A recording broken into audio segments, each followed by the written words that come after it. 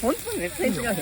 俺じゃないよこれ。本当？これ俺だけど。動画？この残りの残量を。あれやばい。これかも。いいかも。いいんじゃない？俺のではないか。これは俺の。リスクでいけるみたいだから。あ、リスク？リスクで。あれでも毎回飲むんじゃない？いけるんじゃないか。マジで美味しそう。目がしみる。いや、わかんない。いけるわ、もうついてるやつだ。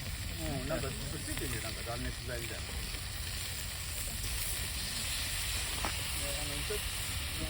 これ味付きだよね。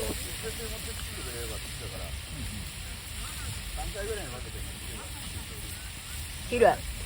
何めっちゃあ、ハサミあります。そうそう、毎日いけるやつはもういっちゃって。何でしたっけ？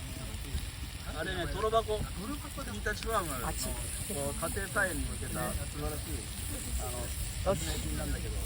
サムギョプサルも食べれるよ。これはなんか味付きです。